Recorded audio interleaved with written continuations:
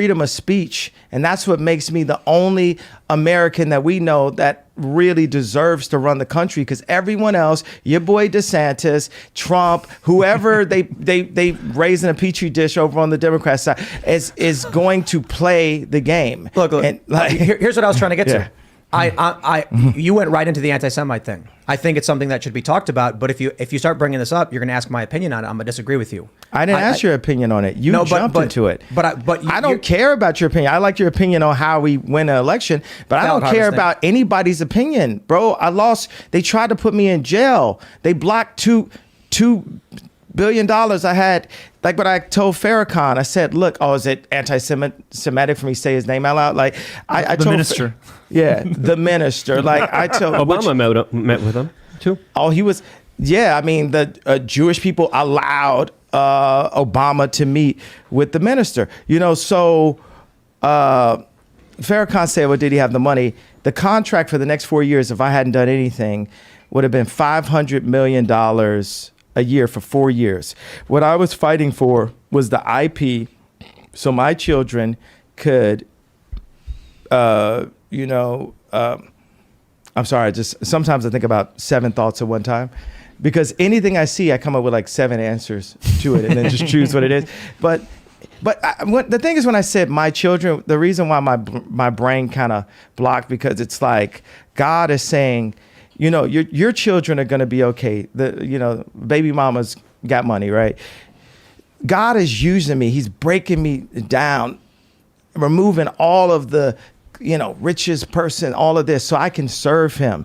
And the more and more those things are taken away from me, the more I can be empty and be a vessel and be able to be used. And right now it's like, you're not going to take, if we can't, you're not going to take my pain away, right? The Jewish people say, it's the Holocaust, this happened, and you can't say anything about it. We can't take their pain away. No one's gonna denounce the fact that they tried to lock me up. That's what because every time I'm just holding stride, and it's like, I thought I was more Malcolm X, but I find out I'm more MLK, because as I'm getting hosed down every day by the press and financially, I'm just standing there. And when I found out that they tried to put me in jail, it was like a dog was biting my arm, and I almost shed a tear, almost, but I still walked in stride through it. Yeah, I think they've been extremely unfair to you.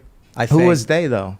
We can't say who they is. Corporate can we? press. I'm not using I don't use the word as the way I guess you guys use. I'm talking. It is about them though, isn't it? I mean, because No. because when you think about it, consider it.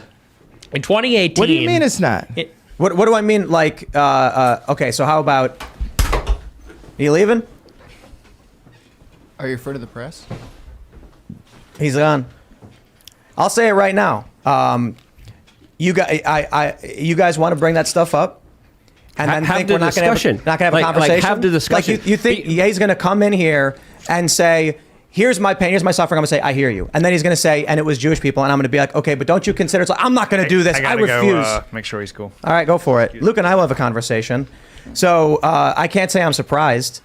What do I even do?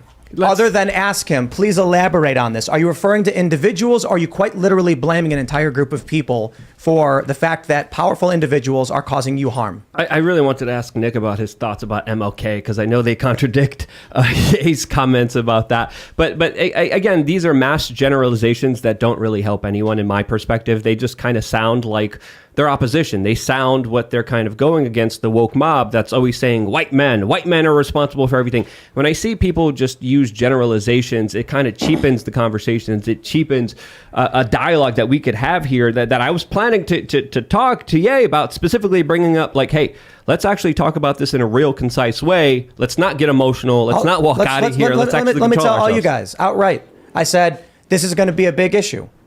Before the show, obviously, people are going to bring up the questions of anti-Semitism. Why don't we talk about the news? I want to hear what happened with this meeting. I want to understand what Ye 24 is. And then we can do a longer conversation about any of that stuff. And Ye literally in the first 5 minutes says, no, I want to talk about a group of people and point to them. Whatever, man. You want to know why? Look, you're not going to sit here and you're going to walk out of the room. You're free to do so, man. But literally, I said a couple sentences about, I don't think that's fair. Did I insult the man? He seriously can't handle. He can't handle it. He also left during the Pierce Morgan interview he did, but he came back. So again, we should be able to have this conversation. What's up, Chris? He wants his phone. Oh, yeah. Look, man, I wanted to talk to these guys about why they're meeting with Trump. Chris. I want to know what happened.